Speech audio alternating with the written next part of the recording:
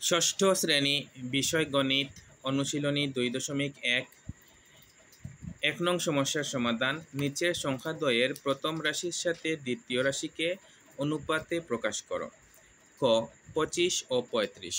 আমরা লিখলাম 25 ও 35, তারপর এই 25 লিখলাম, ও এর পরিবর্তে এই যে চিহ্ন এটা হচ্ছে অনুপাত দিলাম, তারপর 35। এবার 25 আর 35 এটাকে আমরা কি করব, লঘিষ্ঠ আকারে যে প্রকাশ করা হয়। আমরা আগে শিখেছি যে এই যে উপরে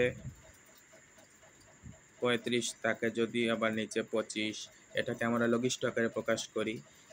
লঘিষ্ঠ আকারে প্রকাশ করার সহজ পদ্ধতি হচ্ছে গোসাগু করে প্রকাশ করা। আবার এভাবে থাকতে পারে 35/25। আচ্ছা, তো আমি এই যে 25 আর 35 এটার গোসাগু নেব। গোসাগু নিলেই বুঝতে পারবো যে এখানে উত্তর কত হবে।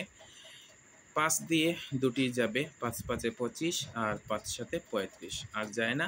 এই 5 আর 7 উত্তর। এবার এই যে 25, এই 25-এর জায়গায় 5 লিখলাম, আর এই যে 35, এই 35-এর জায়গায় যে 7 বের হয়েছে, এই 7 লিখলাম। এখানেই শেষ হলো আমাদের যে সংখ্যাদ্বয়, এই সংখ্যাদ্বয়ের প্রথম রাশির সাথে দ্বিতীয় রাশিকে অনুপাতে প্রকাশ করা। এবার খ 7 পূর্ণ 3/1 ও 9 পূর্ণ 5/2। আমরা পঞ্চম শ্রেণীতে শিখে এসেছি যে কিভাবে মিশ্র ভগ্নাংশকে অপ্রকৃত ভগ্নাংশ বানানো যায়। এটা হচ্ছে মিশ্র ভগ্নাংশ, এটা থেকে আমরা যাব অপ্রকৃত ভগ্নাংশে। অপ্রকৃত ভগ্নাংশে যেতে হলে কি করতে হবে, এই পূর্ণ সংখ্যা আর এই যে হর প্রথমে গুণ করতে হবে, তারপর গুণফল আর এই যে উপরের লব, এই লব যোগ করতে হবে। তাহলে 3 সাথে 21 আর এই যে 1 যোগ করলে হবে 22, তারপর এই যে নিচে 3, তারপর তারপর 9 আর 5, 5 9 45, আর এই যে 2, 45 আর 2 47, নিচে আছে 5। এবার এভাবে যদি থাকে তাহলে কি করব, তাহলে আমরা এদিকে গুণ করব আর এদিকে গুণ করব, এটাকে বলে আর গুণ আর গুণ। এবার 3 আর 47 এটা যদি আমরা গুণ করি তাহলে 47 গুণ 3 সমান আসবে যে 47 গুণ 3 সমান আসবে 141। এটাকে বলে নেই, আমরা এখানে একটা লাইন লিখেছি, লাইনটা হচ্ছে ও থাকলে অনুপাত। তাহলে 3 আর 47 গুণ করলে হয় 141, আর 22 আর 5 গুণ করলে হয় 110। এখানেই এই সমস্যার সমাধান শেষ। গ 1 বছর 2 মাস ও 7 মাস। এখানে 1 বছর মানে হচ্ছে 12 মাস, আর এই যে 2 মাস, আমরা সহজে এটা বোঝানোর চেষ্টা করছি। বছর আর মাসের মধ্যে আমরা কোনটিতে রূপান্তর করতে পারবো, সহজে মাসে রূপান্তর করতে পারবো। তাই আমরা এই বছরটাকে মাস বানিয়ে নিলাম। বছর আর মাসের মধ্যে মাসে রূপান্তর করা যায়, আর টাকা আর পয়সার মধ্যে পয়সায় রূপান্তর করা যায়। এবার আমরা দেখি 1 বছর মানে 12 মাস, আর এই 2 মাস, তারপর 7 মাস জায়গা মতো।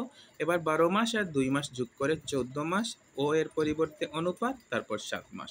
মাস আর মাস বাদ দিয়ে দিলাম, 14/7, অর্থাৎ 14 আর 7 কি করলাম, ভাগ করলাম। অনুপাত মানে তো ভাগ করা, অনুপাত মানে ভাগের মাধ্যমে প্রকাশ করা, ভাগের মাধ্যমে তুলনা করা, ঠিক আছে। এবার আমরা দেখতে পাচ্ছি 7 আর 14 এর মধ্যে 7 ছোট, অর্থাৎ 7 একে 7 আর 7 দুগুণে 14, তাই 2:1। এটাই হচ্ছে উত্তর। এবার ঘ 7 কেজি ও 2 কেজি 300 গ্রাম। আমরা জানি 1 কেজি সমান 1000 গ্রাম। তাহলে 7 কেজি হবে কিভাবে, 7 গুণ 1000 গ্রাম, ও 2 কেজি মানে 2 গুণ 1000 গ্রাম, তারপরে এই যে 300 গ্রাম জায়গা মতো বসেছে। এবার 7 আর 1000, 7 একে 7 আর এই 3টি শূন্য, 7000 গ্রাম। ও এর পরিবর্তে অনুপাত, তারপর 2 একে 2 আর এই 3টি শূন্য, অর্থাৎ 2000 গ্রাম, তারপর এই 300 গ্রাম জায়গা মতো। এবার আমরা দেখতে পাচ্ছি যে এই যে 7000 গ্রাম এটা জায়গা মতো বসানো হয়েছে, তারপর অনুপাত, তারপর এই যে 2000 গ্রাম আর 300 গ্রাম এই দুটি যোগ করে হয়েছে 2300 গ্রাম। উভয় দিক থেকে আমরা গ্রাম বাদ দিয়ে দিলাম, আর এই দুটি শূন্য আর এই দুটি শূন্য বাদ দিয়ে দিলে তাকে 70:23। এটাই হচ্ছে উত্তর।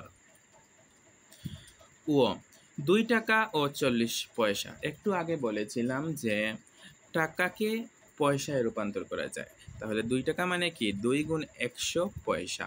আমরা জানি 1 টাকা সমান 100 পয়সা, তাহলে 2 টাকা মানে 2 গুণ 100 পয়সা। অনুপাত 40 পয়সা জায়গা মতো বসিয়েছি। 2 একে 2 আর 2টি শূন্য অর্থাৎ 200 পয়সা অনুপাত 40 পয়সা। উভয় দিক থেকে পয়সা বাদ দিয়ে দিলাম। এবার আমরা দেখতে পাচ্ছি 200 আর 40-এর মধ্যে 40 ছোট। আমরা জানি যে 5 40-এ 200, তারপর 40-কে 40। যদি আমরা ভাগ করি 200 ভাগ 40 তাহলে 5 আসবে, আর 40 ভাগ 40 সমান 1 আসবে। তাহলে উত্তর হচ্ছে 5 অনুপাত 1।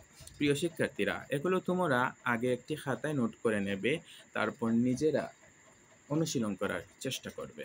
ধন্যবাদ সবাইকে।